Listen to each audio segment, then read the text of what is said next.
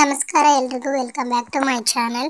ನಾನಿವತ್ತು ನಿಮಗೆ ಸಿಂಪಲ್ ಆಗಿರೋ ಒಂದು ಮನೆಮದ್ದನ್ನು ತಿಳಿಸ್ಕೊಡ್ತಾ ಇದ್ದೀನಿ. ಕೆಮ್ಮು ಮತ್ತು ಕಫಕ್ಕೆ ಈ ಮನೆಮದ್ದನ್ನು ನೀವು 3 ವರ್ಷದಿಂದ ಮಕ್ಕಳಿಂದ ಹಿಡಿದು ದೊಡ್ಡೋರ್ವರೆಗೂ ಯಾರು ಬೇಕಾದರೂ ಯೂಸ್ ಮಾಡ್ಬೋದು. ಏನು ತೊಂದರೆ ಇಲ್ಲ. ಮನೆಯಲ್ಲಿ ಸಿಗುವಂತಹ ಇಂಗ್ರೀಡಿಯೆಂಟ್ಸ್ನ ಯೂಸ್ ಮಾಡಿಕೊಂಡು ಮಾಡಿರೋದು.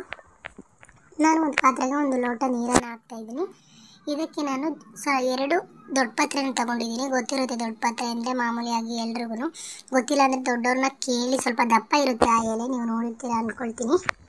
ಮತ್ತು ಜೀರಿಗೆನೇ ತೊಗೊಳ್ತಾ ಇದ್ದೀನಿ. ಶುಂಠಿನ ಸ್ವಲ್ಪ ಸ್ಮ್ಯಾಶ್ ಮಾಡಿ ಇಟ್ಕೊಂಡಿದ್ದೀನಿ. ಈ ಎಲೆನ ಸ್ವಲ್ಪ ಅರ್ದು ಹಾಕಬೇಕು ನೀವು. ಹಾಗೆಯೇ ಹಾಕೋದ್ಕಿಂತ ಸ್ವಲ್ಪ ಅದನ್ನು ಅರ್ದು ಚಿಕ್ಕ ಚಿಕ್ಕ ಪೀಸ್ ಮಾಡಿ ಹಾಕೋದ್ರಿಂದ ಅದರಲ್ಲಿರೋ ಅಂಶ ಎಲ್ಲ ನೀರಲ್ಲಿ ಚೆನ್ನಾಗಿ ಬಿಟ್ಕೊಳ್ಳುತ್ತೆ. ನೆಕ್ಸ್ಟ್ ನಾನು ಸ್ವಲ್ಪ ಸ್ಮ್ಯಾಶ್ ಮಾಡಿರೋಂಥ ಹಸಿ ಶುಂಠಿನ ಹಾಕ್ತಾಯಿದ್ದೀನಿ. ಹಸಿ ಶುಂಠಿ ಇಲ್ಲ ಅಂತ ಹೇಳಿದ್ರೆ ನೀವು ಶುಂಠಿ ಪೌಡರ್ನ ಕೂಡ ಯೂಸ್ ಮಾಡ್ಕೊಳ್ಬೋದು. ಮತ್ತು ನಾನು 1 ಸ್ಪೂನಷ್ಟು ಜೀರಿಗೆನ ಯೂಸ್ ಮಾಡ್ತಾಯಿದ್ದೀನಿ. ಇದಕ್ಕೆ ಮೆಣಸಿನ್ಕಾಳನ್ನ ತೊಗೋಬೇಕು. ಒಂದು 7-8 ಮೆಣಸಿನ್ಕಾಳನ್ನ ತೊಗೊಂಡು ಇದನ್ನು ಸ್ವಲ್ಪ ಒಂದು ಲೋಟದಲ್ಲಿ ಅಥವಾ ಯಾವುದ್ರಲ್ಲಾದ್ರೂ ಸರಿ, ನೀವು ಸ್ವಲ್ಪ ಪುಡಿ ಸಣ್ಣದಾಗಿ ಪುಡಿ ಮಾಡಲಿಲ್ಲ ಅಂದರೂ ಸ್ವಲ್ಪ ಸ್ಮ್ಯಾಶ್ ಮಾಡಿಬಿಟ್ಟು ಹಾಕಬೇಕು.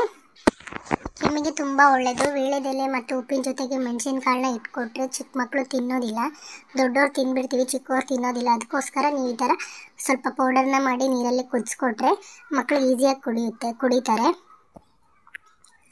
ಟೇಸ್ಟ್ ಕೂಡ ಅಷ್ಟೇನು ಕಹಿ ಇರೋದಿಲ್ಲ, ಯಾಕೆಂದರೆ ಇದಕ್ಕೆ ಸ್ವಲ್ಪ ಬೆಲ್ಲನೂ ಕೂಡ ಸೇರಿಸೋದ್ರಿಂದ, ಇಲ್ಲ ನೀವು ಜೇನುತುಪ್ಪ ಕೂಡ ಸೇರಿಸ್ಕೊಳ್ಬೋದು. ಬೆಲ್ಲನ ಸೇರಿಸ್ಕೊಳ್ಳೋದ್ರಿಂದ ನೀವು ಆ ಟೇಸ್ಟು ಒಗ್ರು ಅಂತ ಏನು ಅನಿಸೋದಿಲ್ಲ. ಮಕ್ಕಳಿಗೂ ಕೂಡ ಕುಡಿಯೋದಕ್ಕೆ ಚೆನ್ನಾಗಿರುತ್ತೆ.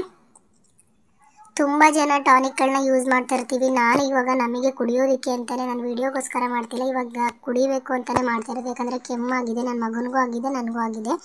ಅದಕ್ಕೋಸ್ಕರ ನಾನು ಇದನ್ನು ಮಾಡ್ತಾ ಇರೋದು. 1 4 ಲವಂಗನ ಹಾಕಿದ್ದೀನಿ ನಾನು. ಸ್ವಲ್ಪ ಕುದಿಯುವಾಗ ನಾವು ಅರಿಶಿನ ಪುಡಿನ ಸೇರಿಸ್ಕೋಬೋದು. ಅಜ್ವಾನ ಇದ್ದರೆ ಅದೊಂದು ಹಾಕ್ಕೊಳ್ಳಿ. ನನ್ನ ಮನೇಲಿ ಇರಲಿಲ್ಲ, ಸೊ ಅದಕ್ಕೋಸ್ಕರ ಹಾಕಿಲ್ಲ. ಅಜ್ವಾನ ಹಾಕ್ಕೊಂಡ್ರೆ ಇನ್ನೂ ಚೆನ್ನಾಗಿ ಕೆಲಸ ಮಾಡುತ್ತೆ. ತುಂಬ ಟಾನಿಕ್ಗಳನ್ನ ಹಾಕ್ತಿರ್ತೀವಿ, ಮಕ್ಕಳಿಗೆ ಕೆಮ್ಮೆ ಕಡಿಮೆ ಆಗೋದಿಲ್ಲ. 2ರಿಂದ 3 ಬಾಟ್ಲು ಟಾನಿಕ್ ಹೋಗುತ್ತೆ ಹೊರತು ಮಕ್ಕಳಿಗೆ ಕೆಮ್ಮು ಕಡಿಮೆ ಆಗೋದಿಲ್ಲ. ಅಂಥ ಟೈಮಲ್ಲಿ ನೀವು ಟಾನಿಕ್ನ 2 ದಿನ ಬಿಟ್ಬಿಟ್ಟು ಇದನ್ನು ಕಷಾಯ ಮಾಡಿಬಿಟ್ಟು ಬೆಳಗ್ಗೆ ಒಂದ್ಸರಿ, ರಾತ್ರಿ ಮಲಗೋವಾಗ ಒಂದ್ಸರಿ ಮಕ್ಕಳಿಗೆ ಕೊಟ್ಬಿಡಿ. 2 ದಿನದಲ್ಲಿ ನಿಮಗೆ ರಿಸಲ್ಟ್ ಗೊತ್ತಾಗುತ್ತೆ. ಜಾಸ್ತಿ ಟಾನಿಕ್ನ ಯೂಸ್ ಮಾಡೋದ್ರಿಂದ ಇಮ್ಯುನಿಟಿ ಪವರ್ ತುಂಬ ಕಡಿಮೆ ಆಗುತ್ತಂತೆ. ಅದ್ರ ಬಗ್ಗೆನೂ ಕೂಡ ನಾನೊಂದು ವೀಡಿಯೋನ ಮಾಡ್ತೀನಿ ನೋಡಿ. ಸೋಸ್ಬಿಟ್ಟು ಅದನ್ನೇ ಮತ್ತೆ ನಾನು ಪಾತ್ರೆಗೆ ಹಾಕ್ಬಿಟ್ಟು ಸ್ವಲ್ಪ ನೀರು ಹಾಕಿಡ್ತೀನಿ. ಅದನ್ನು ನೀವು ಇನ್ನೊಂದು ಸಾರಿಗೆ ಯೂಸ್ ಮಾಡ್ಬೋದು. ಕುದಿಸ್ಕೊಂಡ್ಬಿಟ್ಟು ಇನ್ನೊಂದು ಸಾರಿ ನೀವು ಅದನ್ನು ಕುಡಿಬೋದು, ಇಲ್ಲ ಮಕ್ಕಳುಗಳು ಕುಡಿಸ್ಬೋದು. ಟಾನಿಕ್ಗಳನ್ನ ಜಾಸ್ತಿ ಯೂಸ್ ಮಾಡೋದ್ರಿಂದ ಏನೂ ಯೂಸ್ ಇಲ್ಲ. ಯಾಕಂದರೆ ಕೆಮ್ಮು ನೆಗಡಿ ಮಕ್ಕಳಿಗೆ ಬೇಗ ಆಗುತ್ತೆ ಆ್ಯಂಡ್ ಅದು ಬೇಗ ಹೋಗೋದು ಇಲ್ಲ. ಮನೆಮದ್ದನ್ನು ಟ್ರೈ ಮಾಡಿ. ತುಂಬ ಈಗ ಹಳಬ್ರು ಮನೇಲಿ ಯಾರಾದರೂ ವಯಸ್ಸಾದವರು ಇದ್ದರೆ ಹೇಳ್ತಾರೆ, ಇದನ್ನೆಲ್ಲ ಮೊದಲು ಮಾಡ್ಕೊಂಡು ಕುಡಿತಾ ಇದ್ರು. ನೀವು ನೋಡ್ತಾ ಇರ್ಬೋದು, ನಾನು ಇಬ್ಬರಿಗೂ ಒಂದೊಂದು ಗ್ಲಾಸ್ನ ತೊಗೊಂಡಿದ್ದೀನಿ. ನನ್ನ ಮಗನಿಗೆ 5 ವರ್ಷ, ಅವನಿಗೂ ನಾನು ಫುಲ್ 1 ಗ್ಲಾಸ್ನ ಕೊಡ್ತಾ ಇದ್ದೀನಿ.